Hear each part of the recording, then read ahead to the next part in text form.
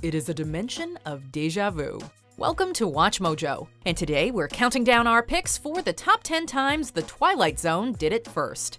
Before we begin, we publish new content every day, so be sure to subscribe to our channel and ring the bell to get notified about our latest videos. For this list, we're taking a look at ideas that were explored in the original Twilight Zone series long before they were popularized in modern movies and shows. Since twist endings play a key role in the Twilight Zone, be prepared for the following spoilers. This is the dimension of imagination. It is an area which we call the Twilight Zone.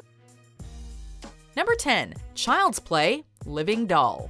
Before Chucky became the silver screen's definitive killer doll, there was Talkie Tina. So you have feelings?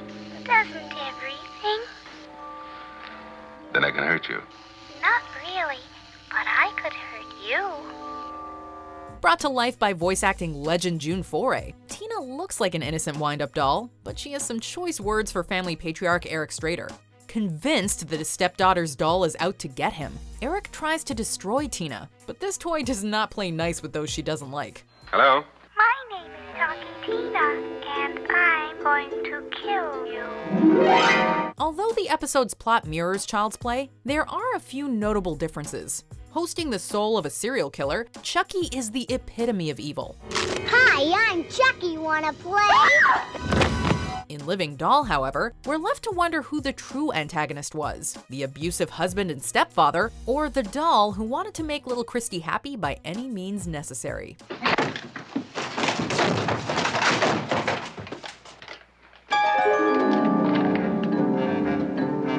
Number 9. What Women Want, A Penny for Your Thoughts. You wouldn't expect a Nancy Meyers romantic comedy starring Mel Gibson to draw comparison to a Twilight Zone episode, but these two stories are eerily similar. Sure wish I could read your mind. In What Women Want, Gibson plays a macho womanizer who gets in touch with his feminine side after an accident enables him to hear the opposite sex's thoughts. Do you realize that I have an Ivy League education and that running your stupid errands has put me into therapy? Why don't you take me seriously and give me some real work to do? Oh yeah, I remember why. Because I have a vagina! While the protagonist in A Penny for Your Thoughts lacks Gibson's confidence, he also gains the ability to read minds. Poor Mr. Poole.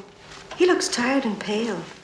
His gift isn't restricted to just females, though, opening up his mind to even more dirty secrets.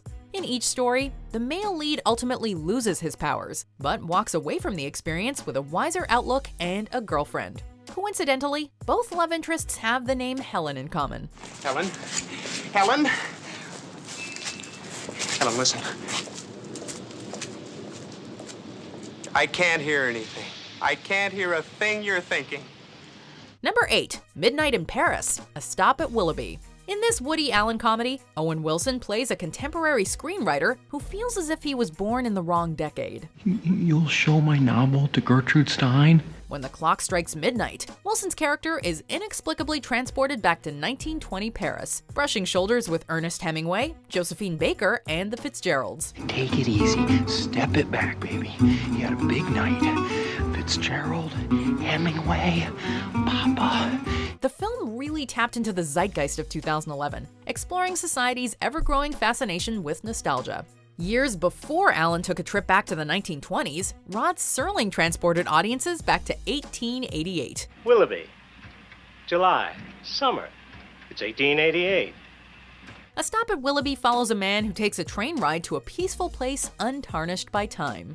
While both tales touch upon the comfort we all find in nostalgia, they also demonstrate why we shouldn't try to escape the future by retreating to the past. Just jumped off the train, did he? Shouted something about Willoughby, then ran out to the platform, and that was the last I saw him. Doctor says he must have died instantly. Number 7. The Sixth Sense, The Hitchhiker. At the height of his career, M. Night Shyamalan was hailed as a modern Rod Serling, capping off each of his movies with a twist. I see dead people. The parallels actually might have been closer than we initially realized. In 100 Yards Over the Rim, someone from the 19th century suddenly finds himself in the present day, not unlike the ending of The Village. Where are you from? The woods. The Sixth Sense is also reminiscent of a classic Twilight Zone episode entitled The Hitchhiker. Tell us if this sounds familiar. A young woman driving from New York to LA repeatedly passes by a mysterious hitchhiker who appears to be stalking her. I saw him again 50 miles further on, and then again on the long, straight stretch through Virginia. Just standing there. Not menacing, really. In the end, it's revealed that our protagonist was a ghost the entire time, and the hitchhiker was the embodiment of death. I believe you're going my way. Number 6. Poltergeist, Little Girl Lost.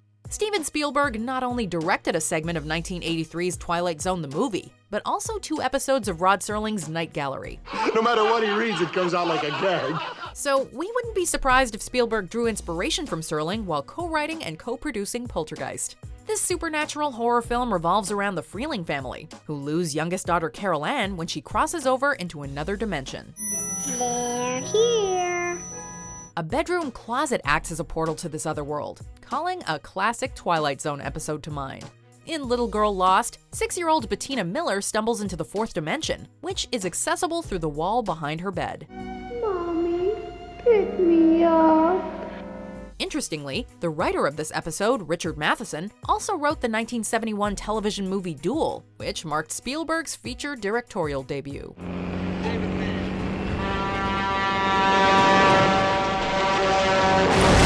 Number 5. The Good Place, A Nice Place to Visit. Hell isn't necessarily all fire and brimstone.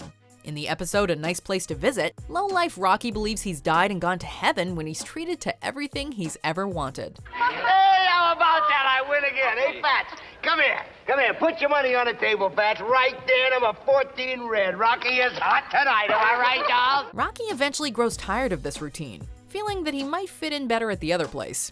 Rocky soon discovers that his guardian angel is a devil in disguise, revealing that he is in the other place. Look, I don't belong in heaven, see? I want to go to the other place. Mr. Pip has to spell it out for the oblivious Rocky, but Eleanor Shellstrop pieces the truth together for herself. Whereas The Twilight Zone delivered this twist within 25 minutes, however, The Good Place managed to keep its audience in the dark for the entire first season before pulling the rug out from under. Holy mother-forking shirt balls. Number 4. Final Destination, 22. You're paying for my trip, Brownie. You're on that plane. You f***ing brat. Oh, shit! Discussing the original Final Destination, actor Sean William Scott stated that the film was, quote, as dark and eerie as any Twilight Zone. We can't help but wonder if Scott's ever seen the episode 22, as it shares a great deal in common with the 2000 horror movie.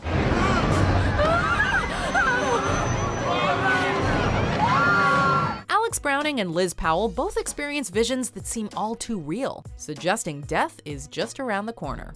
As details from their dreams come to fruition, Alex and Liz each decide not to board a plane that's about to take off. I think you better hurry up a little, miss. That's your flight ready for departure out there. Their premonitions turn out to be correct, as both planes explode in midair.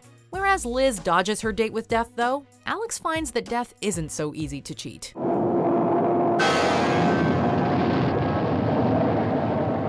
Number 3. The Truman Show, A World of Difference. Truman Burbank is a seemingly ordinary guy who slowly realizes his world is nothing but a reality series. Jesus, do you think he knows? Hello?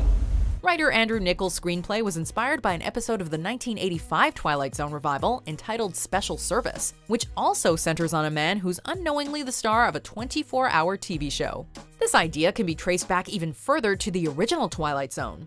In A World of Difference, businessman Arthur Curtis is mystified when his office winds up on a soundstage. Cut! He's told that his real name is Gerald Reagan, and Arthur is a character he's playing in a movie. Cast of characters. Arthur Curtis, 36. A young business executive, happily married. Curtis lives in Woodland Hills with his wife and child.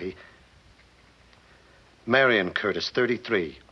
A charming young woman, typical of that efficient breed which can manage a house and family and still have ample— Stop it! Torn between reality and fiction, our protagonist ultimately accepts the role of Arthur, saying good afternoon, good evening, and good night to his other life. Artie, are you all right? Sure. Well, where were you? Mr. Curtis? Are you leaving now?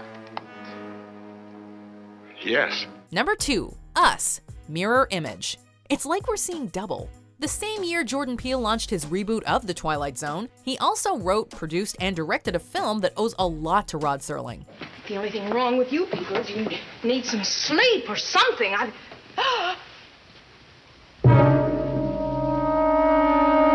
Peele has made it no secret that Us was largely inspired by the episode Mirror Image, which tells the story of a woman who encounters somebody who looks exactly like her at a bus station. Everybody keeps telling me that I've been here before. Growing increasingly paranoid, she fears that the doppelganger is going to take her place. After the two worlds converge, comes into our world, and in order to survive, it has to take over. Take over? Replace us. Move us out so that it can live. The Wilson family endures an identical dilemma in Us, as they come face to face with their own evil counterparts. Although Us has a style and tone that makes it unique, the film's legacy will always be tethered to The Twilight Zone. They look exactly like us. Before we unveil our number one pick, here are some honorable mentions. Go to some other bar. You want swimming? I'll give you swimming. Well, I didn't expect you...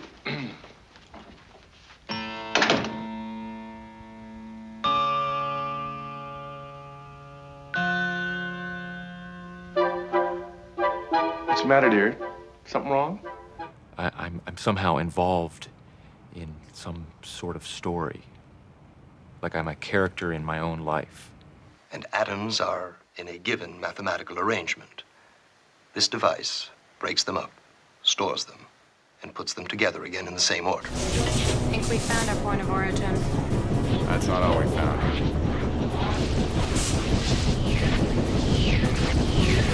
Haven't anything else worthwhile to show you. Everything in this lot should have been condemned years ago. I got more lemons per square foot than a fruit grower in Salinas. I remember when you brought me this antique silver frame from Tiffany's. Tiffany's. Garage sale, $6.50 marked down from 10. Number 1. The Simpsons. Various episodes. Treehouse of Horror is a Halloween tradition for The Simpsons. But did you know that some of the most iconic segments are Twilight Zone parodies? My name is Talking Tina, and I love you very much. All right.